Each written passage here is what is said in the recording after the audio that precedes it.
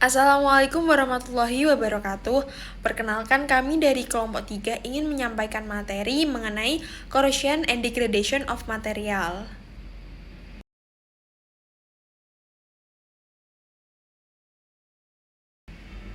Jadi kelompok kami menggunakan buku acuan dari William D. Callison and David G. Redwich dengan judul Material Science and Engineering Book 5 Edition. Oke, yang pertama itu ada dari pengertiannya terlebih dahulu. Yang pertama itu pengertian dari korosi. Korosi ini didefinisikan sebagai kerusakan suatu material akibat suhu tinggi atau reaksi kimia dan elektrokimia dengan lingkungannya.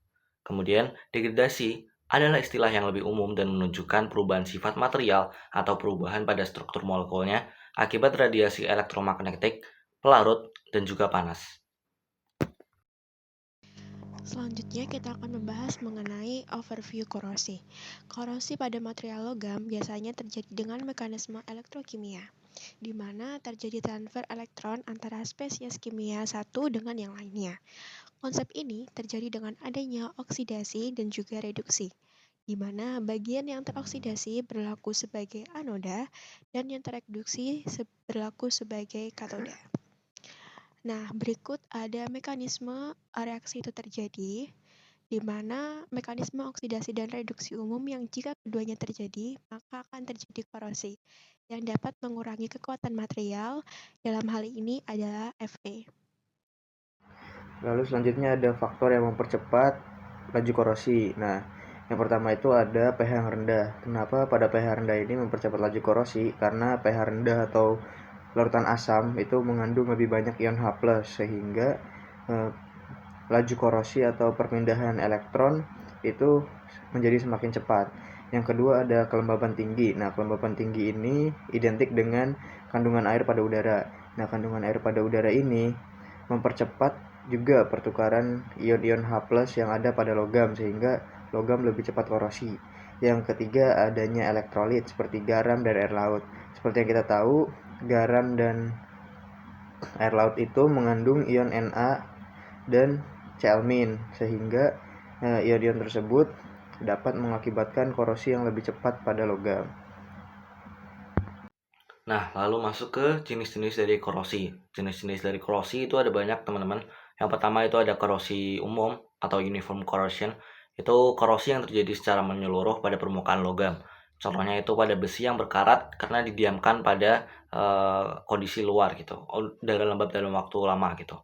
Terus pencegahan yang dapat dilakuin itu memberikan coating itu berupa cat atau lapisan anti karat. Kemudian yang kedua itu adalah korosi galvanik. Ini terjadi ketika dua logam saling bersentuhan dalam elektrolit, di mana logam dengan potensi elektrokimia lebih negatif akan mengalami oksidasi lebih cepat. Contohnya, baja karbon yang tersentuhan dengan stainless steel di lingkungan laut akan mengalami korosi yang lebih cepat daripada baja karbon di lingkungan biasa. Jenis korosi selanjutnya ada korosi celah. Korosi yang terjadi pada celah sempit yang tidak terkena aliran udara atau cairan segar, contohnya seperti baut atau sambungan pada kapal. Pencegahan yang dapat dilakukan adalah dengan mendesain material yang mengurangi celah dan menggunakan sealant atau pelapis anti korosi. Selanjutnya ada korosi pitting. Korosi ini berbentuk lubang kecil yang dapat menyebabkan kegagalan material, yang dimana korosi ini berbentuk lubang kecil yang dapat menyebabkan kegagalan material. Pencegahan yang dapat dilakukannya yaitu dengan memilih stainless steel dengan kandungan molybdenum lebih tinggi atau dengan menambahkan inhibitor korosi. Baik, selanjutnya ada korosi tegangan atau stress corrosion cracking (SCC). Korosi yang terjadi akibat kombinasi tegangan, mekanis dan lingkungan agresif contohnya adalah baja dalam reaktor nuklir yang terpapar lingkungan panas dan zat kimia akan memuai dan menyebabkan tegangan yang membuat laju korosinya meningkat. Pencegahannya adalah dengan menggunakan material yang lebih tahan terhadap SCC atau mengurangi tegangan internal melalui perlakuan panas atau stress relief annealing.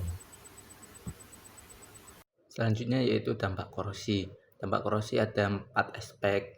Yang pertama dari sisi ekonomi, itu misal terjadi korosi pada mesin, itu menyebabkan tambah kos. Yang kedua, dari segi lingkungan, itu menyebabkan tercemarnya air atau tanah. Yang ketiga, keselamatan, itu meningkatkan resiko dari keselamatan seorang.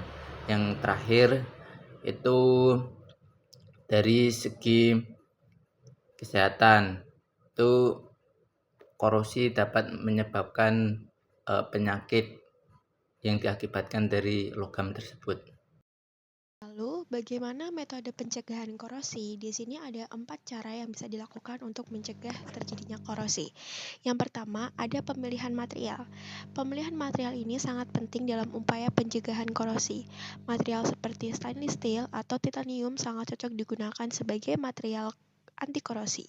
Bisa juga dengan pemilihan coating material seperti galvanis atau dengan metode cathodic protection.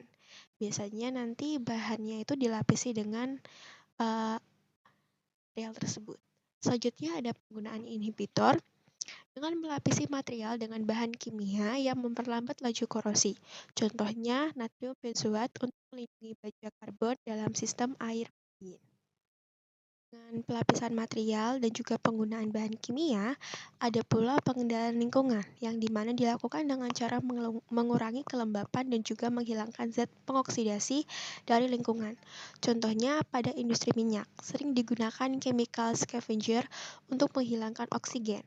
Chemical scavenger adalah senyawa kimia yang digunakan untuk menghilangkan atau menetralkan zat tertentu dalam suatu sistem, biasanya untuk mencegah korosi atau degradasi material. Selanjutnya ada pelapisan dengan cat. Nah, sama halnya dengan penggunaan inhibitor, yaitu dengan melapisi material dengan bahan kimia yang memperlambat laju korosi. Contohnya natrium benzoat yang seperti tadi bahan kimia untuk melindungi baja karbon dalam sistem air pendingin, dan atau melapisi dengan cat anti korosi yang dapat mencegah kelembapan. Baik, selanjutnya ada jenis-jenis degradasi. Yang pertama itu adalah degradasi fisik, kedua ada kimia, dan ketiga ada biologis. Yang fisik itu terjadi akibat pengaruh suhu, tekanan, atau gesekan yang menyebabkan perubahan bentuk atau struktur suatu zat. Yang kedua, kimia, disebabkan oleh reaksi kimia seperti oksidasi, hidrolisis, atau reaksi dengan zat lain yang menyebabkan perubahan komposisi kimia. Yang terakhir ada biologis, terjadi akibat aktivitas mikroorganisme yang memecah suatu zat menjadi komponen yang lebih sederhana. Mekanisme degradasi ya itu ada swelling dan dissolution. Yang pertama, swelling adalah proses di mana satu material menyerap cairan ataupun gas yang menyebabkan peningkatan volume. Nah, umumnya ini terjadi pada polimer atau material berpori di mana molekul zat tertentu masuk ke dalam struktur material dan memperluasnya. Nah, faktor-faktor mempengaruhi swelling ini meliputi jenis pelarutnya, suhu, tekanan, dan struktur material. Nah, swelling dapat menyebabkan pelemahan material yang dapat menyebabkan terjadi dissolution atau proses di mana suatu zat larut dalam medium cair dan membentuk larutan homogen. Kecepatan dissolution tergantung pada sifat zat terlarut, suhu, pH, dan kekuatan gesek di dalam cairan. Proses ini sering dikaitkan dengan degradasi material, terutama dalam kasus polimer yang larut dalam pelarut tertentu.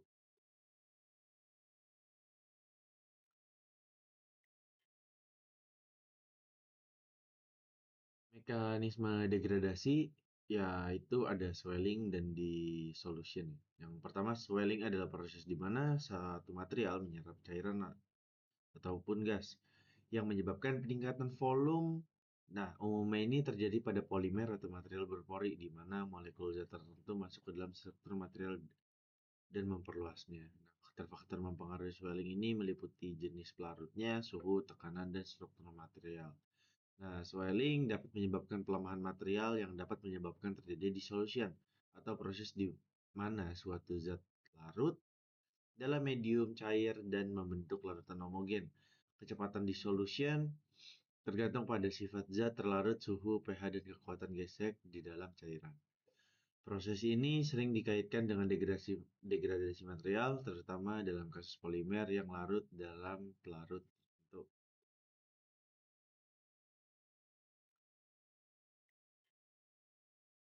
Selanjutnya dampak dari suggestion. Suggestion sendiri memiliki dampak yang pertama itu penurunan blood molecule, di mana rantai polimernya menjadi lebih sedikit dan lunak. Selanjutnya yaitu perubahan fisik. Jadi kekuatan atau daya tarik elastisitasnya semakin berkurang. Dampak selanjutnya yaitu perubahan secara kimia, yaitu kelarutannya meningkat. Selanjutnya di sini ada metode pencegahan degradasi. Yang pertama ada penambahan stabilizer dan antioksidan, yaitu untuk stabilizer sendiri fungsinya untuk mengurangi degradasi akibat sinar UV. Contohnya ada benzopenon. Yang kedua ada antioksidan. Antioksidan sendiri itu fungsinya untuk mencegah oksidasi rantai polimer. Contohnya ada fosfat.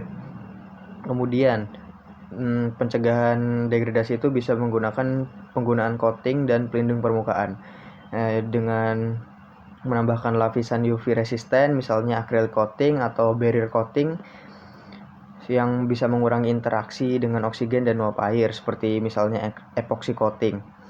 Lalu selanjutnya ada dengan upaya cross-linking dan modifikasi kimia. Nah, cross-linking sendiri itu fungsinya untuk memperkuat struktur polimer, mengurangi kemungkinan scission, misalnya vulkanisasi pada karet atau penambahan cross-linking agent pada epoksi. Kemudian ada grafting modification untuk meningkatkan stabilitas polimer dengan menambahkan monomer yang lebih tahan degradasi. Kemudian di sini ada upaya untuk mengendalikan suhu dan lingkungan. Menggunakan pengendalian suhu dan lingkungan ini bisa dengan menggunakan polimer dengan ketahanan termal yang tinggi seperti PPS, PTFE, atau PIIK. Yang kedua ada mengurangi exposure terhadap panas dengan ventilasi atau pendinginan. Sekian materi yang dapat kelompok kami sampaikan, kurang lebihnya mohon maaf. Wassalamualaikum warahmatullahi wabarakatuh.